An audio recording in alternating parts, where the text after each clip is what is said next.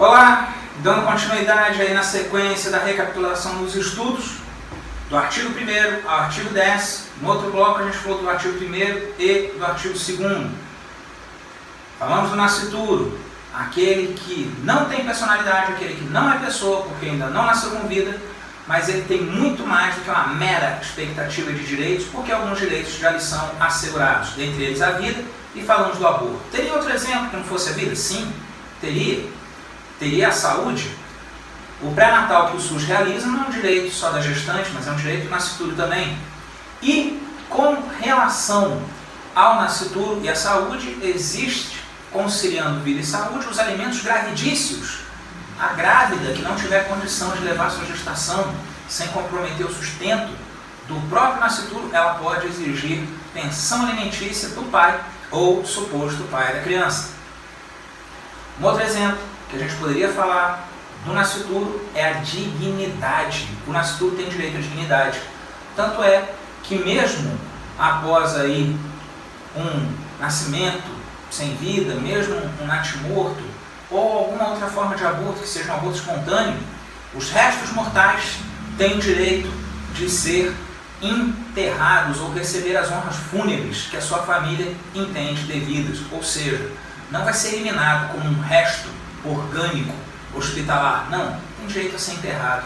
E outros exemplos aí de dignidade, como ficou famoso um programa humorístico que conseguiu ofender a mãe e o nascituro ao mesmo tempo. Para quem é meu aluno sabe que programa humorístico foi esse, sabe o problema que deu, quando determinado humorista vira e solta um comentário ofensivo, falando aí das qualidades e atributos físicos da mãe e falando também de forma ofensiva ao próprio nascituro, ao próprio embrião, ou seja, exemplo de honra e dignidade. O advogado aí da cantora, muito hábil, entra com a ação indenizatória pedindo danos morais, não apenas em favor da cantora, da mãe, mas também em favor do nascituro. E aí ele conseguiu uma bela e gorda indenização com essa estratégia que, em parte, renasce da segunda parte do artigo 2º. Então, conforme prometido, esse segundo bloco vai falar do artigo 3º e do artigo 4º. Vai falar de incapacidade. Se toda pessoa é capaz no artigo 1º, porque toda pessoa tem a capacidade de direito, a capacidade de possuir direitos. Essa capacidade toda pessoa possui, mas a capacidade de fato, que é a capacidade de exercício, essa não é todo mundo que possui não. E aí dividimos em incapacidade absoluta e incapacidade relativa. Artigo 3º, incapacidade absoluta. Artigo 4º, incapacidade relativa. No artigo 3º, após a mudança que teve em 2015 na legislação, reduziu-se apenas a uma hipótese. Hoje, o estudo do direito civil, com a redação atual do artigo 3º, absolutamente incapaz, aquele que não tem discernimento nenhum para a gerência dos seus atos na vida civil. Hoje temos apenas uma hipótese, que é o menor de 16 anos de idade. Para quem está ouvindo, para quem está estudando, sabe que a gente está falando de pessoas, sabe que a gente está falando de pessoas naturais. Dessas pessoas naturais, elas não perdem, não deixam de ter capacidade de direito por ser menor de 16. Todo mundo tem capacidade de direito, capacidade de possuir direitos e deveres. O que a gente está falando aqui é a capacidade de fato, é a capacidade de exercer. Menor de 16, quem é que vai representá-lo? Sim, a gerência da vida civil do menor de 16 anos de idade depende de um representante. Representar é substituir, é fazer no seu lugar. A lei considera que o menor de 16 não tem discernimento nenhum para gerir sua vida civil. Comprar, vender, casar e outros atos da vida civil, ao menor de 16 anos de idade, não há capacidade de fato para que ele faça por si só. Vai precisar, portanto, de um representante. Via de regra, papai e mamãe. Mas se o menor de 16 anos de idade não tiver mais papai e mamãe, ou porque faleceram, ou porque perderam o poder familiar, em alguma das hipóteses extremas que serão estudadas no direito de família, será nomeado judicialmente um tutor. E esse tutor é o representante do menor incapaz. Neste caso, menor de 16, absolutamente incapaz. Agora, do artigo 3º, a compreensão não é difícil. Vale a menção aí aos estudos anteriores a 2015, que outras hipóteses haviam, certas enfermidades mentais, e a pessoa que não pode expressar sua vontade, como por exemplo, o camarada está em coma, ele não tem como expressar sua vontade, ele não tem como gerenciar sua vida civil, e antes era considerado como absolutamente incapaz, fazia parte da redação do artigo 3º, revogado em 2015 essas duas previsões, que migraram para o artigo 4º, cuja nova redação a gente começa a análise agora.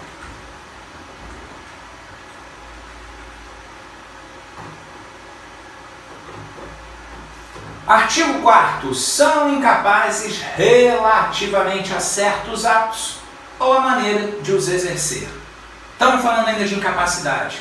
Estamos falando ainda da incapacidade de fato. A falta da capacidade de exercer por si só direitos e deveres na ordem civil. Dessa incapacidade de fato, o artigo 4º trata dos relativamente incapazes. Eles não têm o discernimento completo, eles não têm o discernimento suficiente ou não têm ainda o discernimento necessário para a gerência plena e total de sua vida civil. Comprar, vender, adquirir patrimônio, desfazer patrimônio.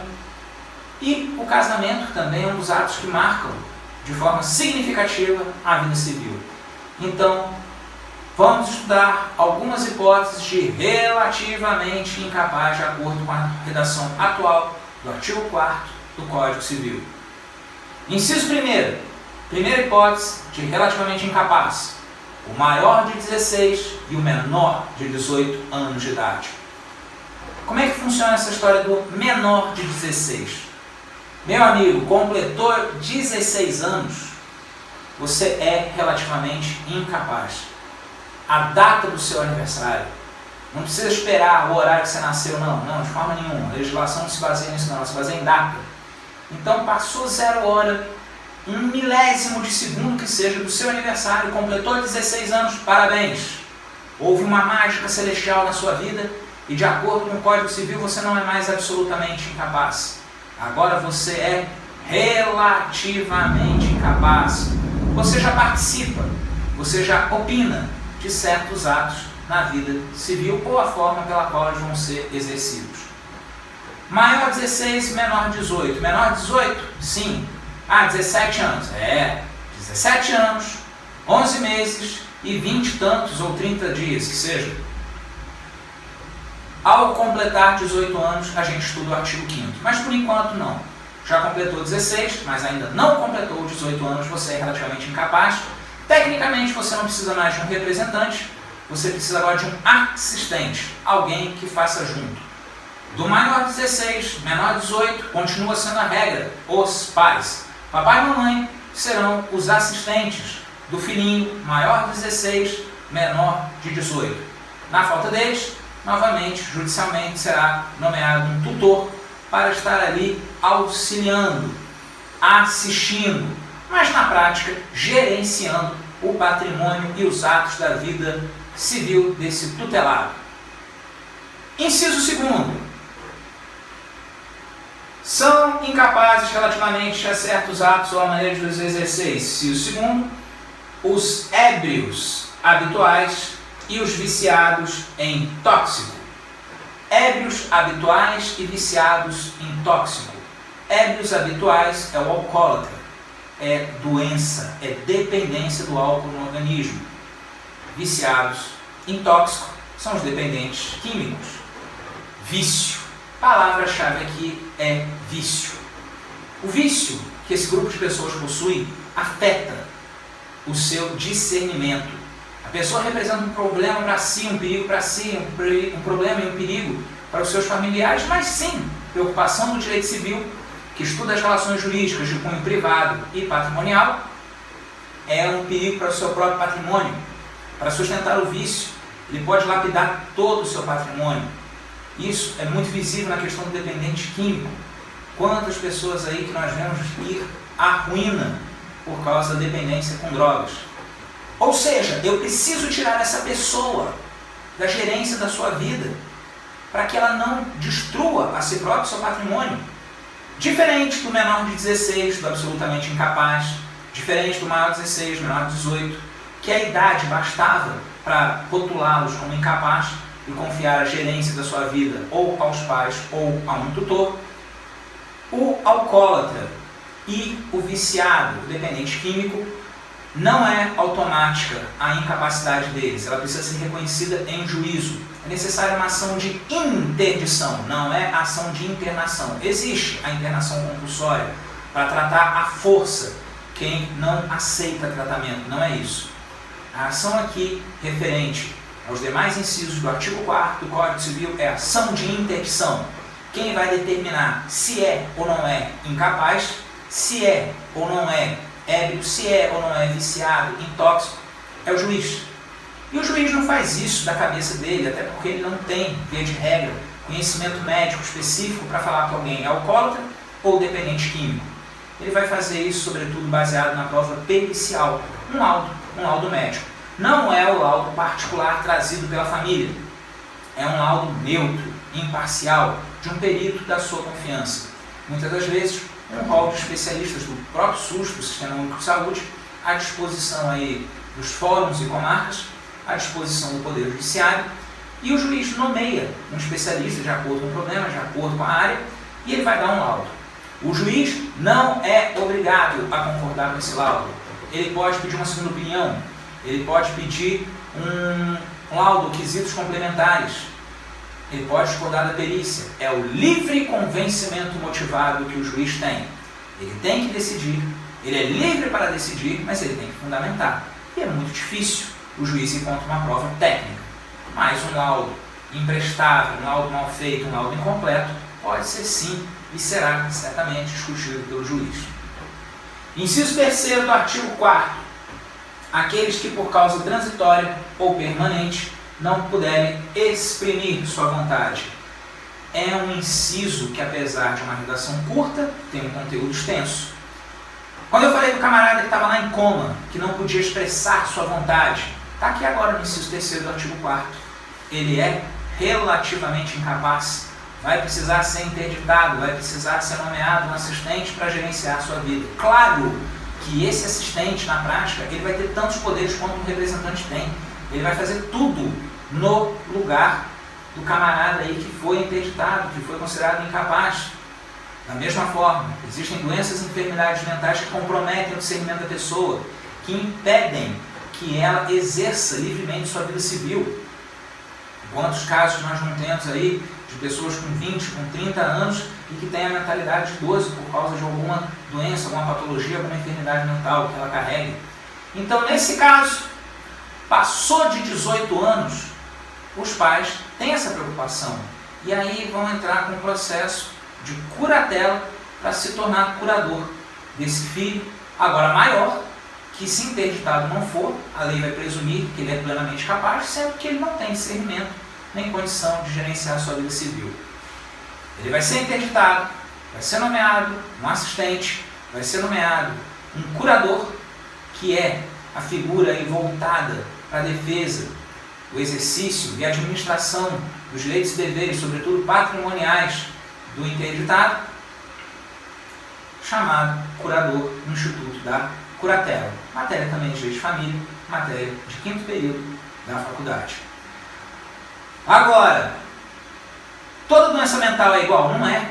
Então, o juiz vai avaliar de acordo com o grau de comprometimento, o grau de discernimento, o grau de desenvolvimento mental completo e insuficiente para cada caso e, de acordo aí com a causuística, a análise do caso concreto, definir os poderes específicos para cada assistente, de acordo com cada necessidade do inciso 3º do artigo 4º. O último inciso do artigo 4º fala sobre os pródigos. Quem são os pródigos? Eu me lembro dessa palavra, eu me lembro dessa palavra da missa, eu me lembro dessa palavra do culto, eu me lembro dessa palavra daquela passagem bonita do filho pródigo. Não é todo mundo que gosta dessa passagem, não. Tem muita gente que acha um absurdo. Ele saiu de casa, gastou tudo que tinha, levou uma vida aí, de esbórnia, e o pai recebe de braços abertos. Somos falhos, somos pecadores, somos mortais. Iremos errar, e que bom que a gente tem um pai de braços abertos para nos receber. Mas o que é pródigo? É o arrependido, por isso que é o filho pródigo. Não, não é isso não. Sim, está lá na Bíblia, é o filho pródigo. Não, não é por causa disso não. Ele é chamado de filho pródigo, não é porque ele é o filho arrependido não. A palavra pródigo não significa arrependido. Pródigo é o gastão. Pródigo é o gastador. Então eu sou pródigo, eu gasto mais do que eu recebo, eu queimei meu limite do cheque especial, do cartão de crédito. Eu não sabia, eu sou pródigo, eu preciso ser interditado, eu preciso de um assistente, eu não posso gerenciar minha vida civil. Não, pelo amor de Deus, para com isso. Não é nada disso não. Não vamos confundir o nosso descontrole financeiro, a nossa falta de planejamento, a nossa má prática econômica financeira com a questão do pródigo. O pródigo aqui, o melhor exemplo que eu tenho para trazer para vocês é o viciado em jogo. Ele não é ébrio, ele não é alcoólatra, ele não é viciado em nenhuma, ele não é dependente químico, mas ele possui um outro vício. Ele é viciado em jogo, ele é viciado no carteado, ele é viciado em cassino, por mais que seja ilícito no Brasil, mas existem atividades que são clandestinas. E numa mesa de carteado, um pôquer que seja, ele aposta tudo. Ele ali com uma boa mão, ele considerando que ele tem uma boa mão, ele aposta dinheiro, quantias altas, quantias elevadas, ele aposta um carro, ele aposta um veículo, ele aposta a própria casa, que às vezes não é só sua, mas sua família. Ou seja, esse viciado em jogo, ele precisa de tratamento, tanto quanto um alcoólatra, quanto um dependente químico, e ele também representa um perigo para o seu patrimônio. Portanto, ele precisa sim ser interditado, vai passar também, assim como inciso 2º, assim como inciso 3º, vai passar por uma ação judicial de interdição, vai ser nomeado um perito, vai ser feito um laudo, vai avaliar o quanto que ele tem ou não tem um discernimento comprometido por causa do seu vício, e o juiz vai nomear um assistente e definir os poderes que o assistente tem. Um pouco mais, um pouco menos, um rol tão extenso quanto um representante tem, às vezes só mesmo segurando ali a questão patrimonial para ele não dilapidar, depredar seu patrimônio, mas o pródigo também é caso para ação de interdição, laudo pericial e a sentença do juiz que o nomeia o assistente e que interdita o viciado, o pródigo, e o tira da gerência da sua vida. Finalizando o artigo 4º, nós temos o seu parágrafo único. O parágrafo único fala dos indígenas e, na verdade, não fala dos indígenas. Por quê? No artigo 4º do Código Civil, parágrafo único, nos diz que os indígenas vão ser tratados por legislação especial. Ou seja, a preocupação do Código Civil de 2002 é porque no Código Civil anterior, o Código Civil de 1916, os indígenas eram tratados como incapazes. Meus amigos, a gente sabe que existem vários e vários tipos de índio, respeitada aí cada cultura, respeitada cada tribo, mas eu não posso ter um tratamento igualitário a todo e qualquer índio. Artigo 5º da Constituição, todos são iguais perante a lei, mas iguais como iguais e desiguais como desiguais. Aquele índio que não tem contato nenhum com a nossa dita civilização, com o chamado homem contemporâneo, homem moderno, a nossa sociedade, ele não tem compreensão do que é a lei. Então está ali sobrevoando um drone sobre a sua reserva indígena. Para ele aquilo ali é um intruso, uma coisa inexplicável. E se ele começa a jogar flechas para derrubar aquele drone e destrói o drone, ele vai responder pelo patrimônio que ele destruiu? Eu não estou nem falando aqui da questão de ter invadido a reserva indígena, não quero abordar isso não, mas estou querendo falar que ele destruiu o patrimônio de outra pessoa. Ele não tem discernimento, ele não tem compreensão. Agora, quantos outros índios ou descendentes de índios que aí sim, moram em ocas, em coberturas, em condomínios fechados, possuem carro, possuem TV a cabo, possuem acesso à internet, têm plena capacidade de ter conhecimento de seus direitos e deveres na ordem civil e vão ser tratados como incapazes porque são índios? Não. Então, o Código Civil lava suas mãos no parágrafo único do artigo 4º e fala que o indígena, no Brasil, será tratado pela legislação especial, valendo frisar e apontar aqui que no Brasil existe um cadastro dos índios e nesse cadastro o grau da contaminação da nossa cultura sobre a cultura deles. Final aí do nosso segundo bloco, mais uma pequena pausa e voltaremos aí com o artigo 5º e o parágrafo único.